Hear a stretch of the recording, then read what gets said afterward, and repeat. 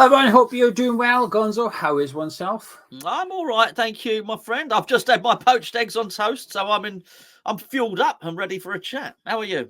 I'm all right. I'm okay. I say getting over Saturday. I got over it yesterday, actually. I sort of got over it pretty quickly.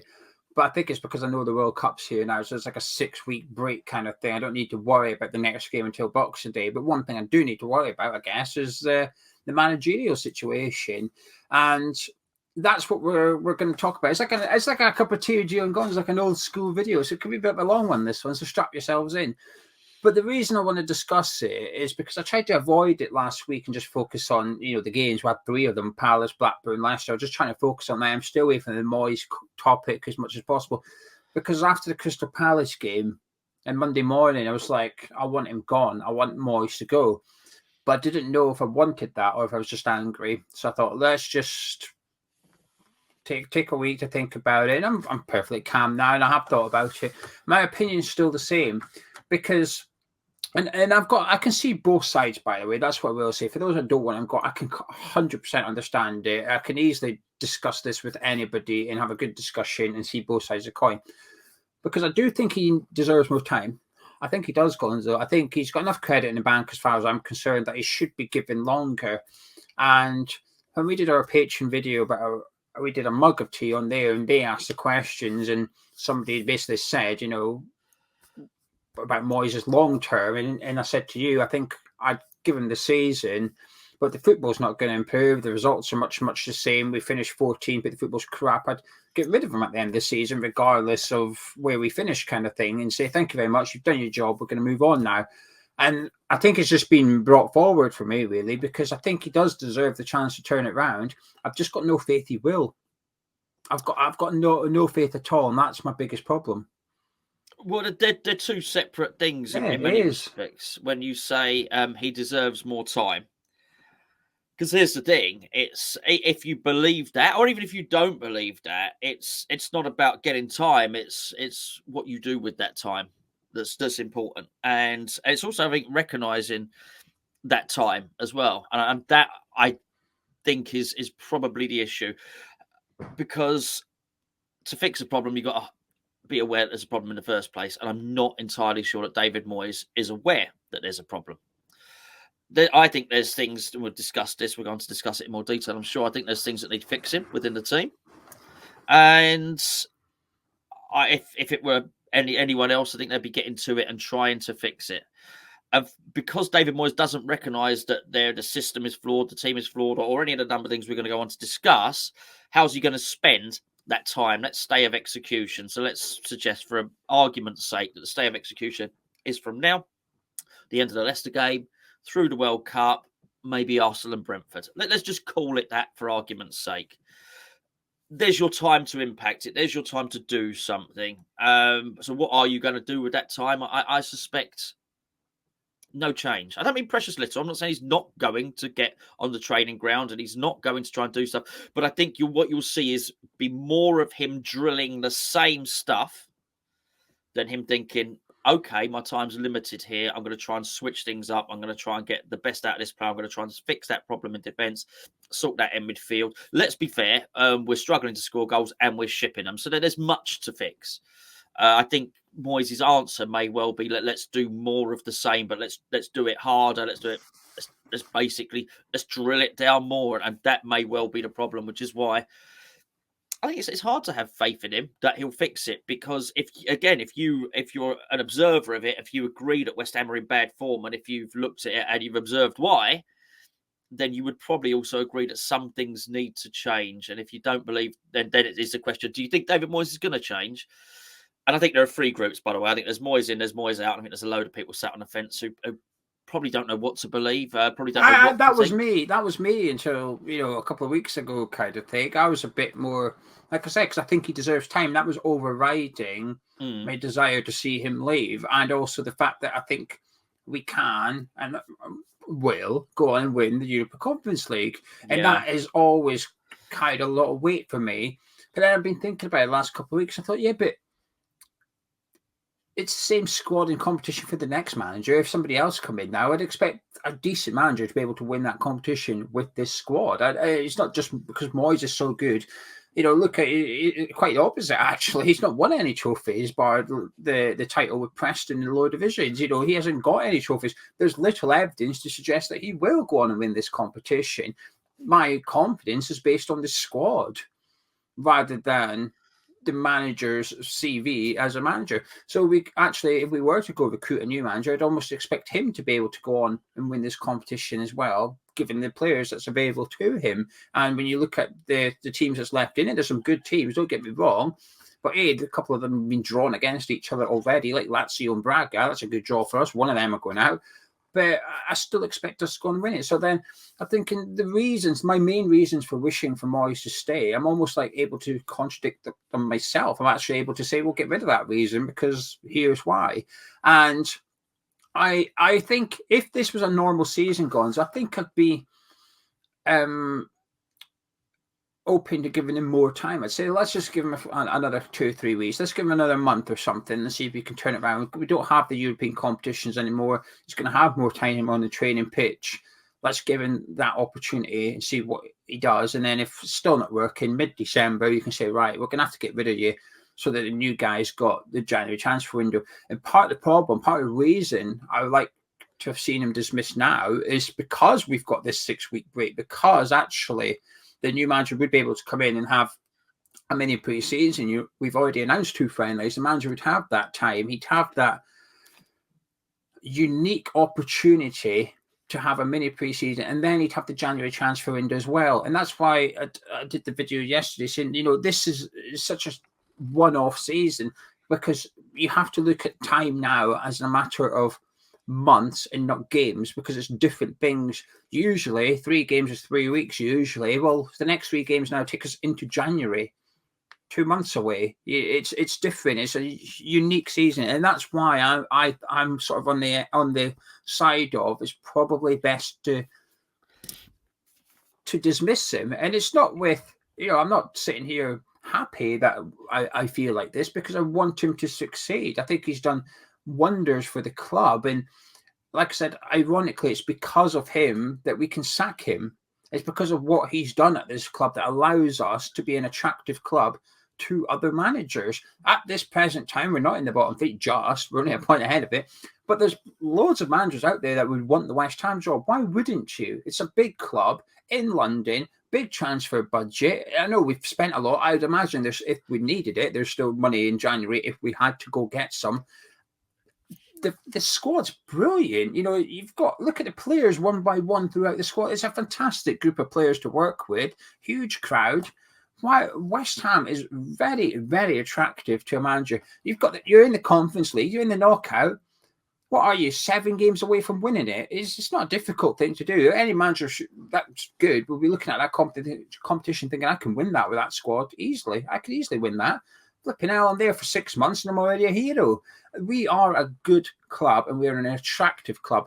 But if we were to wait longer, if Arsenal and Brentford went wrong, if Leeds went wrong, which is perfectly feasible, suddenly we are in the bottom 3. Suddenly we're halfway into the January transfer window. Some of the sex appeal to these managers is gone because we waited. And I'd imagine one of the big appeals to any potential manager is this 6-week window we're currently in, actually. Any manager must think, a month before I have to be in charge of 1 game of football is perfect. You look at the Wolves manager that's just come in. He hasn't taken charge of the last 2 games. He said, no, you do it. I'm going to sit in the stands and watch. And then I'll take over during the break, because he doesn't want those 2 games given to him because he knows they're going to struggle. I'm going to wait. And then that period is the perfect time for me to get involved. Most managers must be thinking that this 6-week break is brilliant for a manager. Now, I think some of the players have got time off before they get into training, which I think is good. Send them away with their families. You've been around Europe for the last few months since start season. Go away, spend time with your loved ones, recharge, come back and hit it hard on the training pitch. But like I said, this goes back to the question, do I have faith Moyes will turn it around? Not really. I don't. Well, they're 2 separate things. So do you, I think this is why subjects like this are never black and white. Yes. And this is, I like to operate in this area. So as you'll always see comments on the video, get rid, job done, end of, that sort of thing. Keep it, But actually, it's the bit that occupies in the middle. So this I've always found it interesting. So does he deserve more time? Now, you can absolutely believe the answer to that is yes.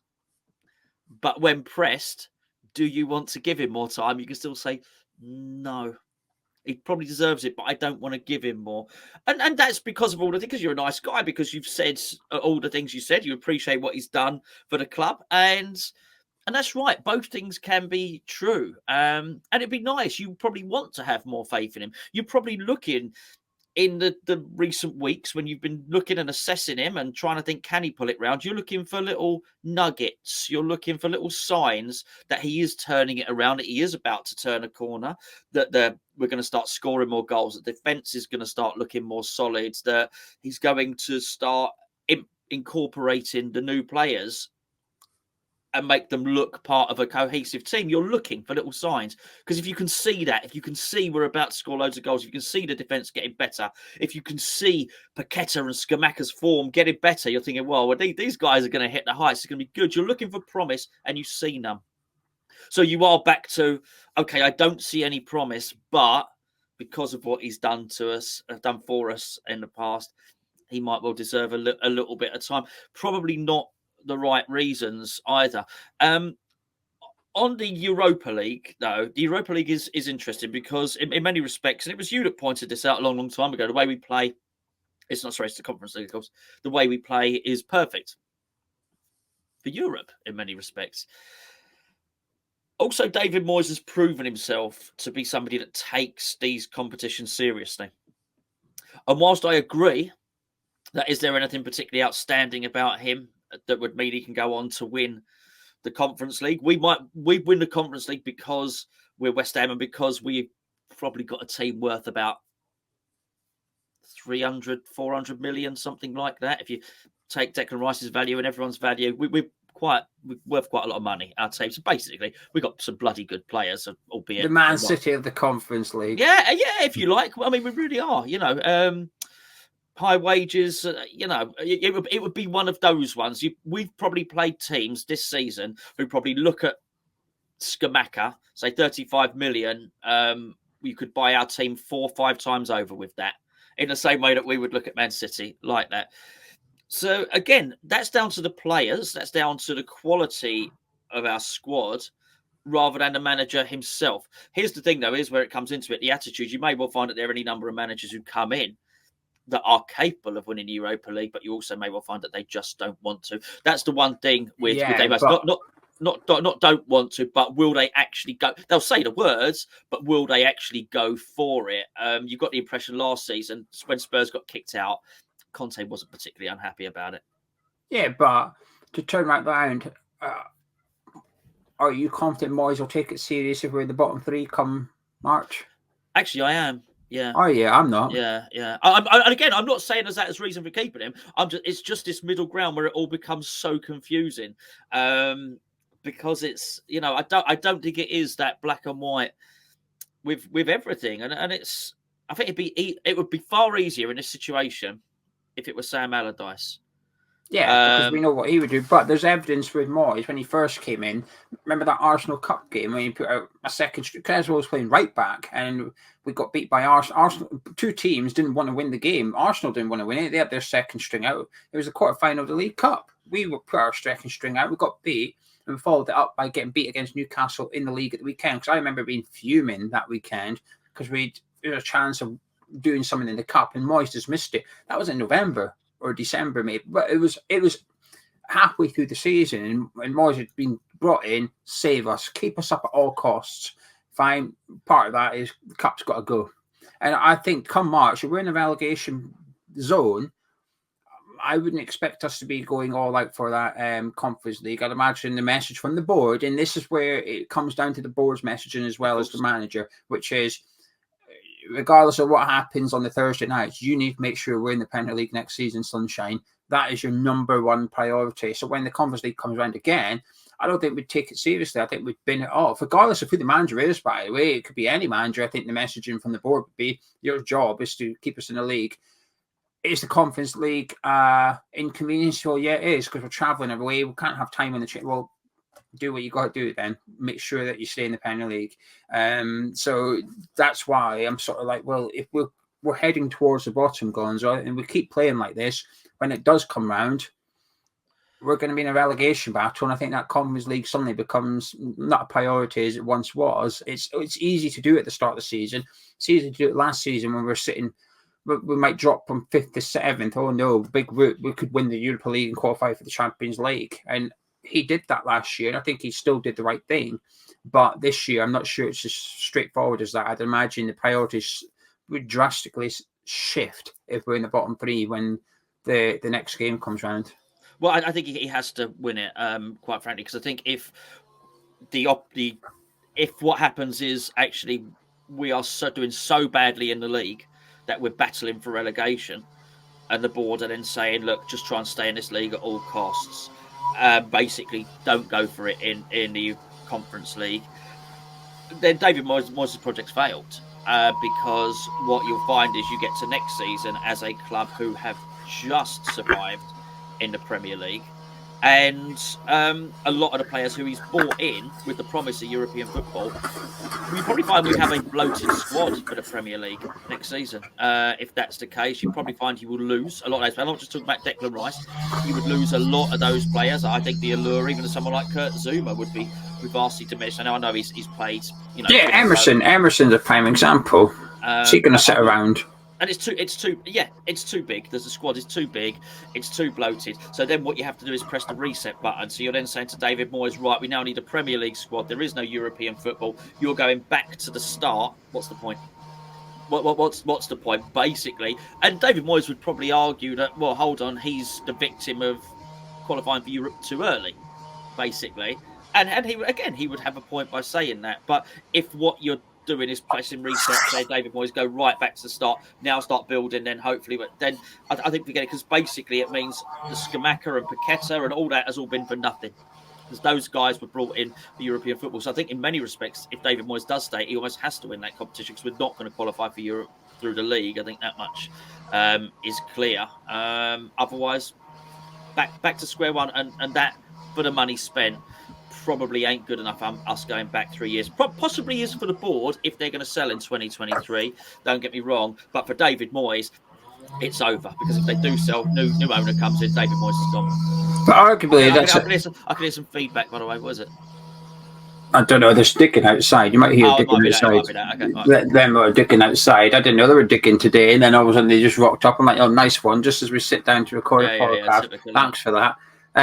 But I think that's dangerous if that happens, in the sense that we just survive. Say we finish 15th and won the Conference League. It would be fantastic, but it keeps Moyes in a job despite a very poor domestic campaign. It almost makes him untouchable. You can't then set the manager who's just won the cup. We wouldn't do it. It just wouldn't be a thing.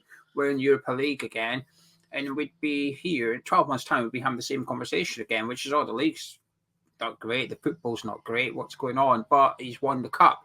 And the case for keeping him is even stronger because he's won the trophy. Hell, I'd fall into that trap, because a trophy would mean the world to me, and I'd see David Moyes as a hero that's brought us the trophy to West Ham. He's the manager, and rightly so. Rightly so. So it would become even more difficult to get. It's already quite emotionally. There's already an emotional battle to convince yourself that he should be sacked because of what he's done in the last 2 years. He's given me some of. That game against Sevilla was one of the best games I've ever attended. He was the manager for that. I will always remember him for that. And he's done fantastic to come in and take us from a team outside the relegation zone to finish 6th and 7th in the Premier League. It's tremendous. But the one thing I'll always keep going back to, and you know what question I'm away to say, and it's the one that I saw during the season when David Moyes himself did that podcast with Graham Hunter, and David Moyes said, we used to buy players to avoid relegation. Now we're bringing in players to try and get into the top 4. Now, that doesn't necessarily mean that was his aim, but he's talking about the ability of players. He's bringing in players that are good enough to sign for Chelsea or Tottenham and stuff like that. And you have to argue that we have done that. So the question that was posted on social media was, well, Moyes is speaking about bringing in players, and the ones we have brought in are no longer good enough. What happens if he is that manager? He was the man that we brought in to save us from relegation, but is he the man good enough to get us into the top 4? And it was just a fantastically worded question. I remember, I wish I knew exactly what it was because it's far better than I've worded it. But it made me think so much. I thought, what a fantastic point that is. I thought, what an absolute brilliant point, because that triggers a whole load of other questions. That one question triggers about 10.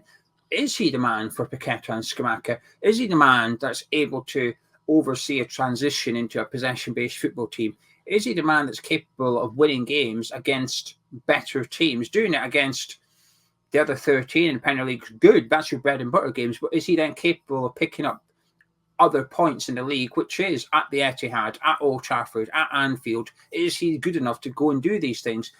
And often I found myself saying no to these answers, or don't know. Can Moyes oversee in transition? I don't know. I don't know. Let's wait and see. Well, what I've seen so far this season, the answer is no. And he keeps speaking about one. I am not seeing it. I'm not even seeing an evidence. Do you know, at the very start of this video, you said you're really looking for nuggets of positivity, signs that actually could change. I think we've seen one in the last 2 weeks. Souček being subbed. That's true. Something that's never happened before. 2 games in a row now, Souček has been removed. You're thinking, there you go. Boys, you've got it now. You've got it. He's not undroppable. There you go. You've got it. But it's a bit late. Do you know what I mean? That should have been happening last season. Never mind this season. It should have been happening last season. And it's almost like he's 2 months. He's almost like on a 2-month delay or something. That he's only I can't take him off. Oh, he's the one. He's the reason my midfield's struggling out there. Oh, okay. And it's just what I'll tell you when I went from I don't know to Moyes Out Gonzo. I'll tell you when it was, and you'll know this. It's when he called the fans experts. When he had a swipe at the fans. And it was the second one in as many weeks, because after the Bournemouth game, he basically said, the stadium's a bit quiet, the players need the support. And you think, well, play better football then. It is that simple. And should the stadium be loud for 90 minutes regardless of what's happening? Ideally, yes. But that doesn't happen. It's not a thing. Like, it just isn't. People get... It's an hour and a half long, and that's just the gameplay. Never mind halftime before the game as well. It's a long time for somebody's attention span. People get fed up. People get bored. And that football is boring. It's hard to watch. It's difficult to sit and cheer when you cheer what? There's nothing to cheer. So when he says, the stadium's a bit quiet, yeah, it is. Because of your football. Because of your tactics. But I let that one slide. I thought, right, okay, fair enough. And then after the Crystal Palace game, when he said, there's a lot of experts out there, I thought, whoa. And that is the same as Aldi's cupping his ear to the fan base, as far as I'm concerned. I look at them as equivalents. When Aldi said, what do you lot know? Hey, you don't like the football, but I'm winning. That was a bit like what I heard from Moyes. What do you lot know? Well, actually, you played Benrahma again against Leicester City. So you obviously agree with the fans then. Because why, if you've subbed him, you're basically saying Benrahma did nothing today, that lot know nothing. Why are you playing him in the next game? He's painted himself into a corner there that he couldn't win. He either played Benrahma, and basically looked a little bit silly, or didn't play Benrahma and looked a bit spiteful. It was, what do you want to look like, silly or spiteful? Unfortunately, he chose silly. But he caused that. And when he called out the fans, that did not sit well with me at all. I thought, do you know what? Are me, you, and 99% of people watching this football experts? No, we're not. We're football fans. Okay? So do we know as much about the game as David Moyes? No, we don't. He's a football expert. He knows more about the game than you do. But does David Moyes know what it's like to work your nuts off Monday to Friday, to scrimp and save for your season ticket, to travel hours and miles to get to... Someone on the boats on Saturday was from South Africa. Over from South Africa to watch West Ham play Leicester and got beat 2-0. He came over on a boat. He came over on the canal. He came over on the boat. I tell you, that is some commitment, right? But my point is, does David Moyes know what it's like to scrimp and save Monday to Friday, to fork out all your money for your season ticket, for your match day, for your expenses, to travel? You went to the Palace game, travelling in the piss and rain, to go having watch your that. Having your umbrella stolen. You got your umbrella stolen, and then you got a slap on the wrist from Moyes for booing the substitution. I didn't boo the substitution, but I did sing. This is the point, and it's what most people did. We sung Syed Benrahma's name as an act of defiance to David Moyes. Just you know, I don't think I've ever booed. But does David Moyes know what it's like to do that? No, he's probably got several umbrellas.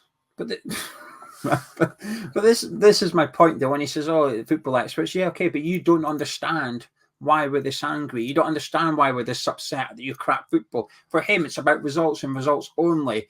Well, I'm not going to apologise for wanting a bit more than that. I'm not going to apologise for wanting a bit of entertainment. I want to see Paqueta doing his thing.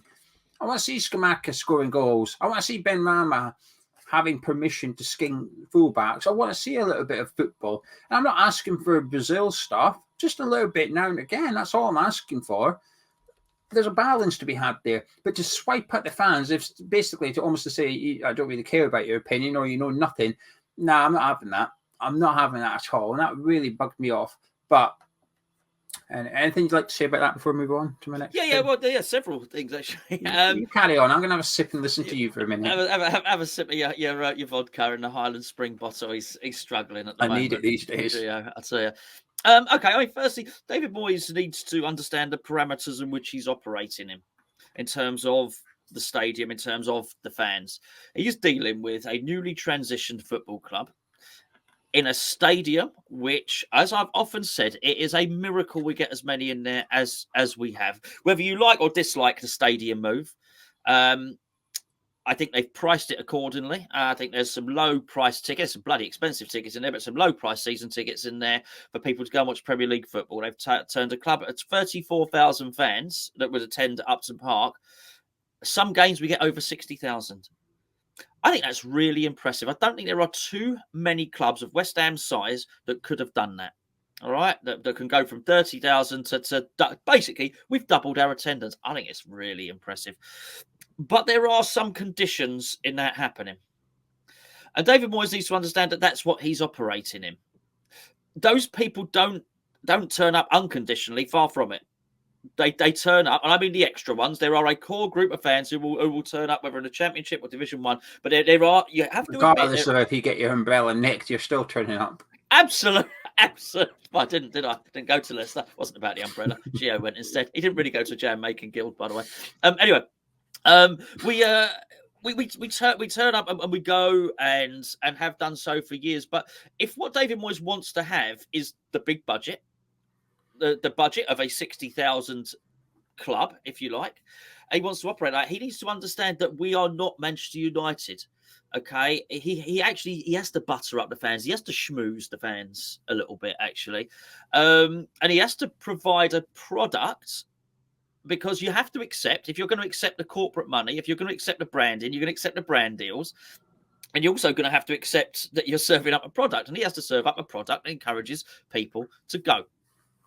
And actually, all that stuff, and the beer is ridiculously expensive and all of that, but actually the football on the pitch far outweighs that. So actually the beer can be expensive, the pies can be crap, you can have your umbrella nicked. But if the football's good, we'll put up with that and we'll deal with it. So he shouldn't really be complaining about that sort of thing, and he should be more aware of that. Is there anyone to go and tell him that? Probably not. Would anyone tell him that? No, I don't think so. But then that comes down to sort of self-representation anyway, and he doesn't ever get questions, which brings into what we were saying. What I've been saying for quite a while about, and the trouble is when I say this, it sounds like I want to be in every press conference. I don't. I couldn't make. I'm looking after my kids so much, I couldn't be there. It's not about me. It's about people, West Ham fans, and it's about the way the media has changed. There are less newspapers than there used to be. In 10 years' time, there'll be even less newspapers. Okay, that's not, the media is not going in that way. So what happens is you get a load of people that get to go to these press conferences, and actually David Moyes isn't asked. It's not just about tough questions. It's about precise questions. He wouldn't know whether we're experts or whether we're not, because footballers and football managers in particular are so detached. I would say the younger generation of footballers are probably not detached because they're on social media. They probably, listen to podcasts and things like that. So they probably got a little bit ear to the ground. David Moyes doesn't go. He proudly doesn't go on social media. He wouldn't even be aware that we exist or West Ham Fan TV exists or anything like that. Wouldn't know anything about it. What he will get is the Daily Mirror journalist turning up who last week was covering Grimsby, who the week before was covering Aston Villa, and he will turn up and he will ask a load of generic questions. So he wouldn't know whether West Ham fans are experts or not. I mean, bloody hell, that press conference room is cavernous enough. Because here's what he doesn't get asked: why are you continuing to play Jared Bowen, considering his form? Then he comes back and answers the question. Then someone else asks a question about Cornet. Well, what are you going to do about this situation? Then we can ask the question of why have you not been substituting Thomas Souček? We can then ask those questions. Someone can ask the question. We can say, David, it was quite clear in the last 3 or 4 games that Thilo Kehra's really been struggling at right back. From an outsider's point of view, it appears he's being targeted. What was your thinking in deploying him at right back against Leicester? Those questions he doesn't get asked, so he has no idea whether anybody's an expert or whether they're not. So again, he gets an early ride in there. He basically gets to remain cocooned. But all that being said, Gio, just going back to what you were talking about before, what I would like to see from David Moyes is a little bit of self-preservation. And I think there's about many managers. I remember looking at Roy Hodgson in charge of England, thinking, "Go on, mate, go on. You're going to get sacked. You need to change things now. Just stop sticking with your favourites. Change things. Otherwise, you might be able to turn around at the end and say, do you know what? I was loyal to my players, but well, that's all well and good, but you've lost your job. All right. It's actually your job not to be loyal." When it's needed, yes, but if someone's out of form, you've got to replace them. Because I can only look at it in terms of my job being under threat in whatever I did. If I was a delivery driver and I got a whiff that my job was under threat, which he must have, because I was late delivering parcels, I'd be doing so. I'd either be getting up earlier. Maybe my routes are wrong. Maybe I'd be changing my route. I would be doing something different. There'd be a level of self-preservation.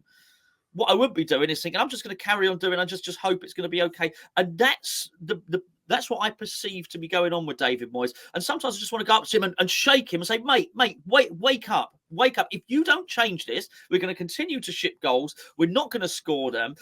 Your players are going to continue to be demotivated. You need to change something now or you're gone. And he talks about it. I listened to he said in his last interview that he was hopeful.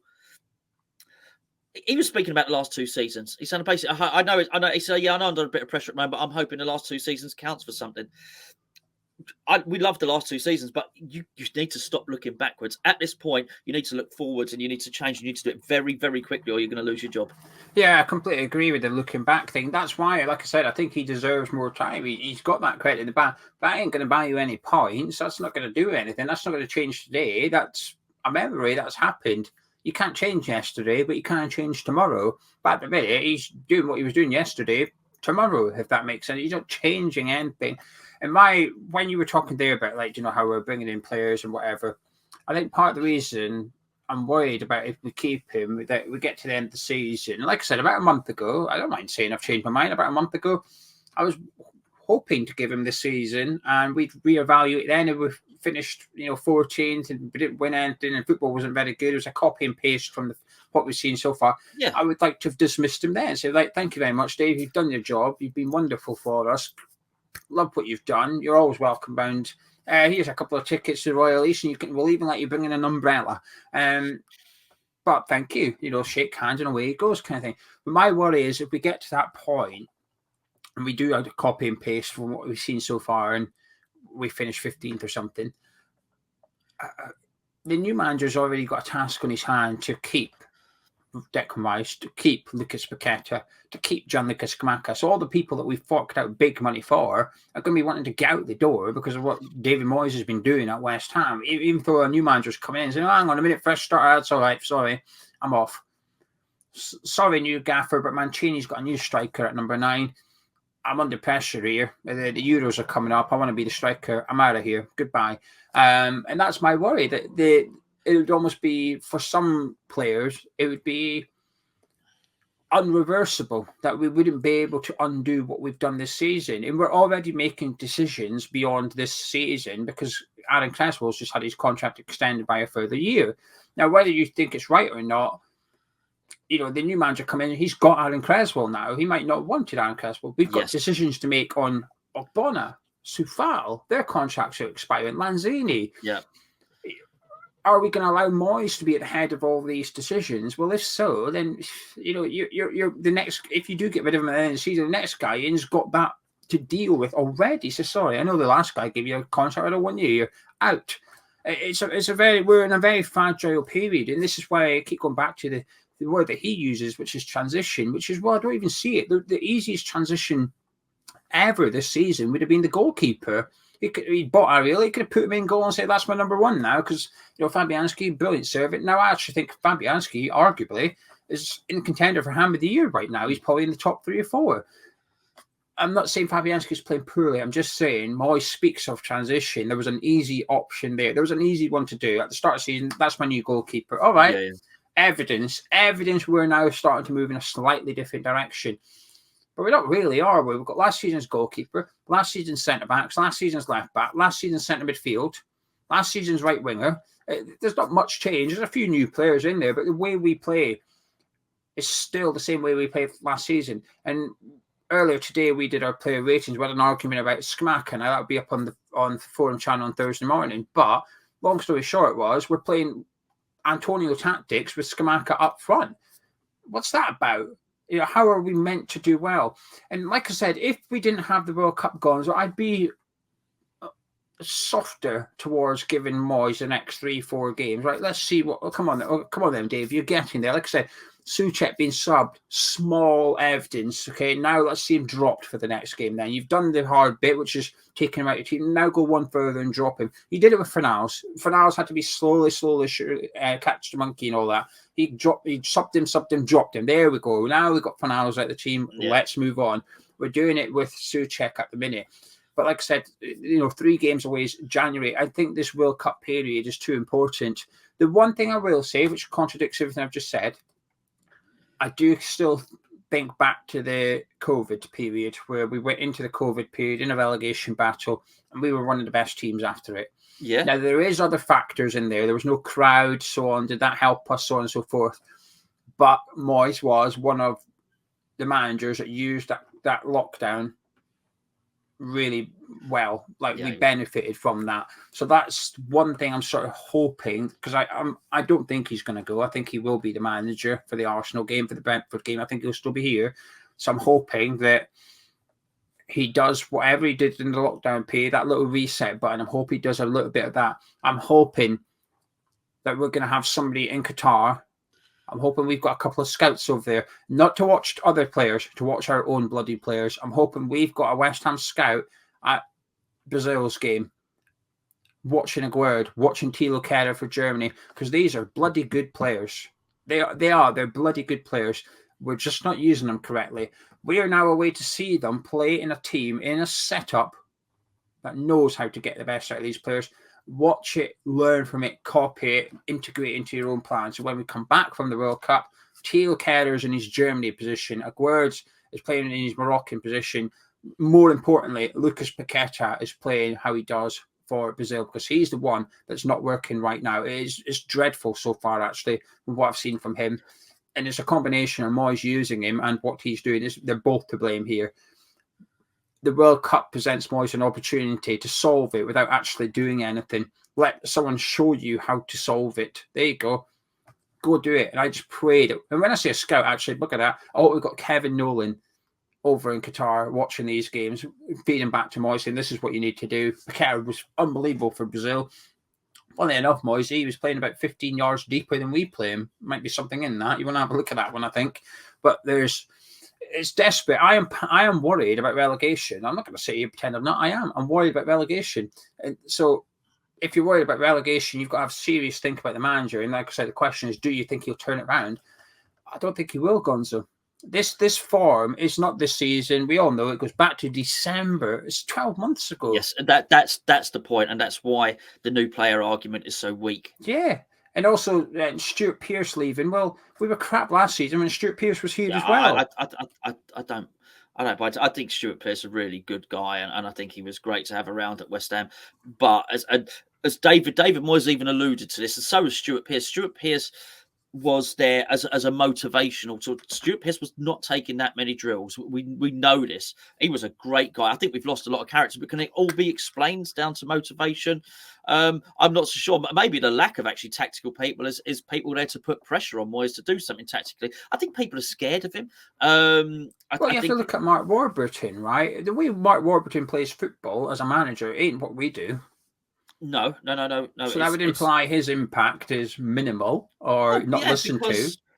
I'm sure it's listened to, but David Moyes probably just, it's like the old Brian Clough thing. I listened to what he had to say. We have a chat about it, and then we decide I was right all along.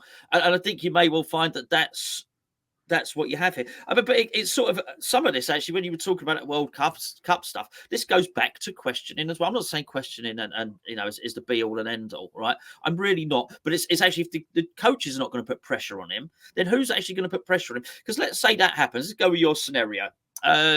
That Brazil played really well, and Paqueta's at the hub of it as number 10, and he's playing really well. Actually, somebody to ask the question and the counter question, because I know what the answer will be, by the way. So the first question would be, David, you've seen that Paqueta's playing really, really well for Brazil. How come he's not been finding that form? How come he doesn't do that at West Ham? And of course, the counter answer will be, well, look, you're dealing with West Ham. That's an international team. It's got world-class players and stuff like that. Then obviously the counter question is, right, okay, David, so what are you saying is after you've spent all that money, are you saying Scamacca, Declan Rice, Kurt Zuma, Tio Kehrer, they're not up to the standard of the Brazil players? Because then he'd have to backtrack. You've got to push him. You've got to push him on this stuff. But the counter question should be, well, why have you bought him then? If you know he's not going to cope at West Ham, why have you then brought him to the club? You can't...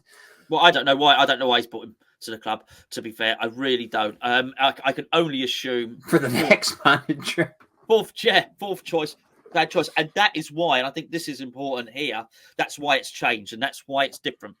So you get this lazy argument.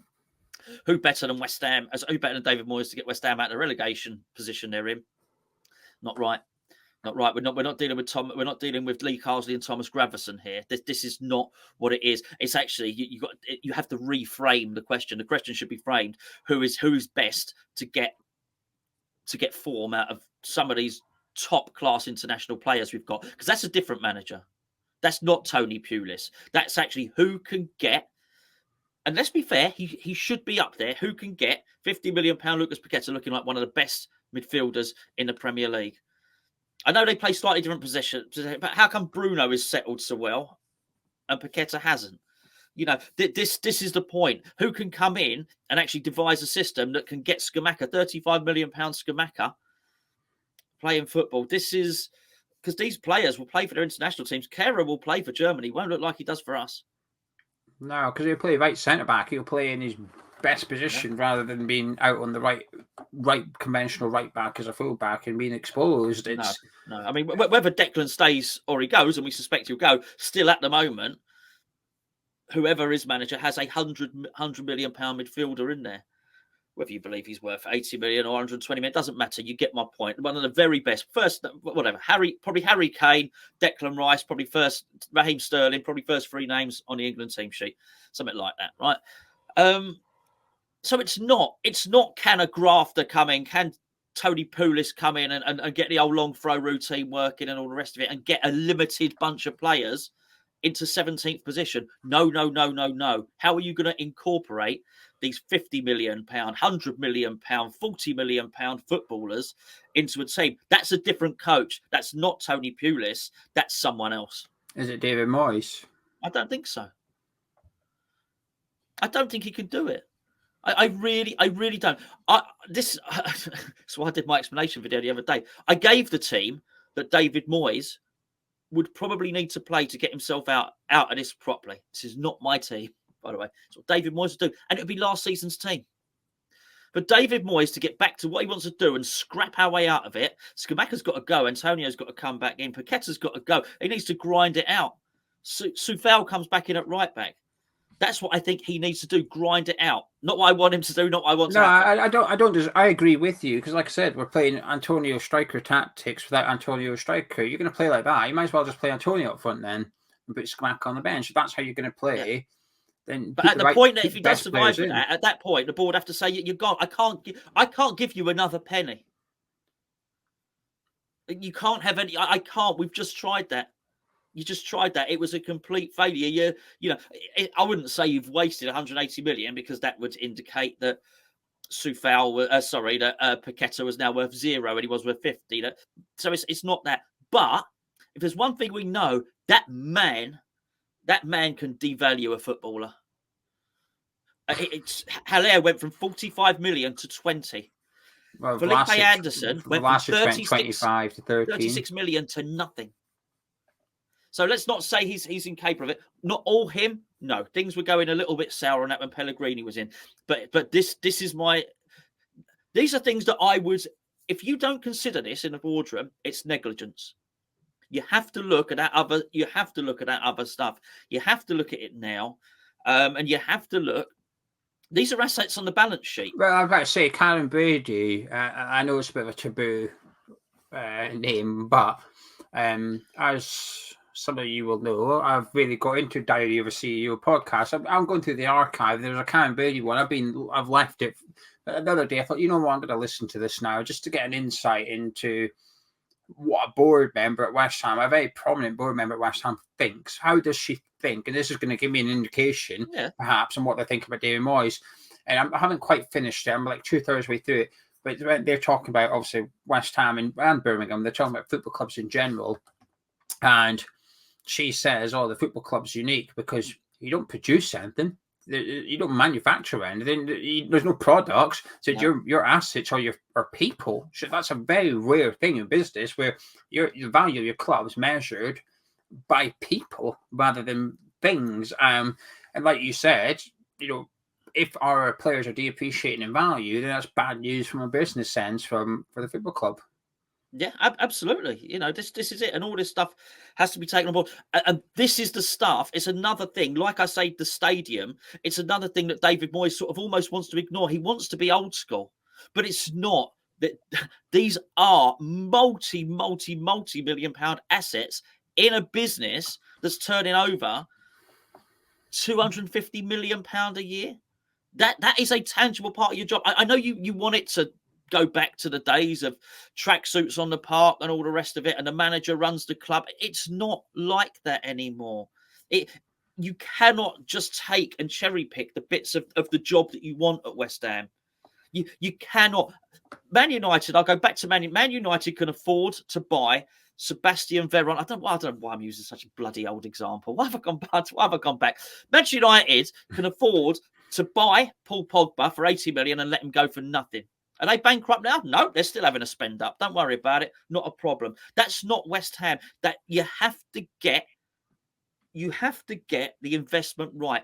And actually, the repercussions of I know he didn't buy him, but the repercussions of Felipe Anderson would be felt for 5, 6, 7 years at a club like West Ham. We cannot afford to buy someone for 36 million and then their value to be nothing, particularly when they haven't produced anything on the pitch. We cannot afford to lose 25 million in a year on a striker. We cannot afford it. These are tangible things. It's part of your job. It really is. All the board can do, and my word, we've criticised the board plenty in the past. All the board can do is buy the players and supply you with those players. If what you're doing is lessening their value, and let's be fair, it almost looks like it's happening a little bit now as well. You're lessening their value. You have to look at that as part of your job. That's your responsibility. It's also your responsibility. Again, I know exactly what I said about the stadium without repeating myself. That's your responsibility as well, to get that stadium full up, to start games quickly, get the crowd on your side and all the rest of it. Because the stadium gets full up, it drives the merchandise at the shop. I know we don't get the money, from the kiosks and all the rest of it, but it drives the business to the kiosks. It all drives it. It's all part of it. And I think David Moyes is so old school, not just in his tactics. I don't like that aspect of football. That's not how it used. That wasn't what it was like when Fergie joined up. Well, do you know what it is now? It might not have been like it was when Fergie was at Aberdeen. And that might not be like it was when you were, coming through the ranks at Celtic or whatever it was. But that is what it is now. This is not Preston. Well, you should have a look. He should go back 15 years in the Premier League and say, well, who played football like I did, manager-wise? Oh, Tony Pulis and all that. Well, where are they now? They're not in the Premier League, are they? Because football has moved on. It's evolved. Look at Brighton leading the way with their recruitment policy. But as soon as Potter left, they knew exactly who to go get. But look at the style of football he's brought in. It's not this old school 1-0 wins. Yeah. You've heard what Jack Wilshere said about Arsenal's training, right? Yeah. For those of you that don't know, Jack Wilshere said he's never known anything like it. It is training above and beyond anything he's ever known. Under Arteta, sorry. Yes, sorry, that's the point. Yeah, park whatever you think about Jack Grealish climbing in the what was it, the washing machine and whatever, and breaking down. Sorry, you just said Jack Grealish. Did I? Jack Wilshere. All the time. Yes, Jack Wilshere. Jack Wilshere. Park what you think about Jack Wilshere, right? Injury prone. I forgot about that. Yeah, but you know what I mean. No, he's could be a bit of a dipstick, can't he? But just park. But if you just accept that actually he's been privy to some pretty top level training during his time as a professional footballer. My point being, this is someone that came through under Arsene Wenger. He's saying even that is on a different level. And Wenger was known as an innovator, somebody that dragged English football kicking and screaming into the new millennium. But even compared to that, Wenger was the guy. He changed the diet. He did all the stuff. He's saying even compared to that, what Arteta's doing is on another level. It's moved so far forward. It's so intense. It's so precise. It's so technically good. It's so rewarding. You can actively see players improving in front of you. Just goes to show you that football moves forward. Anyway, anything else we should discuss about Moyes, or? Got a bit of a sore throat, actually. And to summarise, I guess I'm worried, Gonzo. I was hoping to see more this season. Like I said, it doesn't even just two things going well. As in, the football's not great, but the results are going fine. I'm okay with that. Do you know what I mean? If you play crap football, but you're getting good results, it's difficult to argue and say, well, the football's right. Yeah, it's working. It's hard to argue against it. Or if we're playing really good football, but the results aren't as good as we'd like them to be, again, I can stomach it to some extent because I think keep playing like this, results will follow. Results will eventually come. But when you're playing, the football's poor and the results are poor, it's difficult to feel much positives. But even when you put that to one side, the new signings aren't working at present. Not one of them is working. Aguero will have to wait and see. Keva's been really poor recently. Downs isn't in the starting 11. Whether you think he should be or not doesn't matter. He's not in the starting 11. Emerson isn't in the starting 11. Cornet is. We feel like we've got a bit of an issue. Nothing new. He hasn't decided to have this attitude overnight. He had this at Burnley. The evidence was there, and we still decided to pursue the transfer of Maxwell Cornet. So, do I think Cornet could probably have played a bit more than he has? Yes, I do. But do I think the club should have been aware of this? Yes, 100% I do. Paqueta not working out. Scamacca not working out. I thought the guy looked unbelievable when he first come in. It's almost like died, and so quickly as well. It's not like it's dropped off bit by bit. He's got, not quite as good, not quite. It's just gone from like, whoa, hang on a minute, what's happened here kind of thing. And it's just, there's not much to be positive about. And the manager, David Moyes himself, said managers live or die by their signings. Well, you better hope they don't. Otherwise, you'll be out of a job very, very soon, because at the minute, it is not working. Like I said, I've got some hope. I'll go back to lockdown. That gives me a little bit of hope. It's a pre-season now. We've got a couple of friendlies arranged. Get the boys away with their families. Give them a break, because it is going to be mentally tough on them. It's going to be draining. Get them all back, reset, batteries recharged, ready to go again. And just I hope Moyes spends this time to just really reevaluate everything that's going on at the club right now that he's in charge of. And don't worry about the things that he's not in charge of, because they will follow. You're right. The football has an impact on the attendances. Attendances has an impact on spend up, etc., etc. But all you have to do is worry about that one thing, and the dominoes then just fall themselves. Then you do that bit right, the rest, it's inevitable. It's inevitable, to bore people again, and bore Gonzo once more. He's heard this enough times. But one of the managers I used to work for that probably moulded me. Well, it's a good phrase, though. I know, I have. It's a brilliant phrase. I mean, it's good. It's good. Sorry, I didn't know what you were going with. To create an environment where success is inevitable, we need a little bit of that. We just need something that almost means we cannot fail. I've just got no confidence that we will go. And so I think we'll come back from the World Cup break. We'll play the same football, same players, and we'll get the same results. And we'll have this conversation in the middle of January. And we will have wasted a huge opportunity, which is now to potentially get a new manager in and let him have a look at the squad and use it. And listen, I'm not going to sit here and say Moyes has done a bad job at West Ham. He hasn't. He's done a terrific job. He's been tremendous for us. He's been exactly what we needed at the time, just like Sam Allardyce was. But just like Sam Allardyce, the club outgrew the need for Allardyce. We needed Allardyce to take us up. Pardon me, he did it. Keep us up, he did it. Then that was it. We should have said, thank you, Sam. We're moving on now. We kept him too long. And I've just got to worry that this is what we're doing Moyes now. We need to hit him there and then. He's done the job. He's exceeded it by taking us to 2 European campaigns. But now I just feel like we've almost outgrown him a little bit. And like I said, it's ironic. It's because of David Moyes and the success he's had so far that David Moyes is no longer, I believe, the right manager for West Ham United going forward.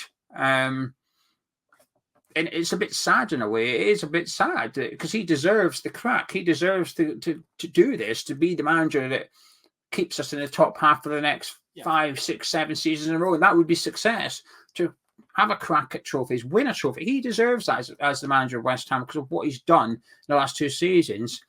But deserving it and doing it are 2 different things. And I'm not sure he's going to do it. Well, saying that, actually, I'll take that back. I think we will still go on and win the Conference League. But, like I said, I think at the minute we are a very attractive club to a lot of top managers out there. And I'd expect them to be able to win the Conference League as well. It's not exclusive to David Moyes. But I don't have any hope of him turning it round. And even if he did, I think he's going to do what you suggest, which is go back to Souček for now. Yeah. And while that will work, the long-term implications perhaps isn't worth it, which is that we're going to have to offload Scamacca, Paqueta in the summer, probably for a loss or get whatever we get back. This is the manager that sold Sebastian Haller and basically told us all to wait while he found the right striker. Well, we waited 18 months, missed out on the best chance of top 4 football that we'll have for a long, long time because he was pursuing the right striker. Well, I'm not convinced we found the right striker. 18 months we waited for this. What have you got to say? I can tell you're itching to say a couple of things. No, I'm not itching. No, forget it. We're going to save it for another time, mate. We'll save it for another time. Oh, so we're leaving it on a cliffhanger, are we? Yeah, we're leaving it on a cliffhanger. Yeah, you'll have to tune into one of our videos at some point this year. Right, we'll leave it there. Yeah. Anyway, if you enjoyed this episode, please do drop a like on it. Subscribe if you're new to Hammers Chat. And myself and Gonzo, catch you in a bit.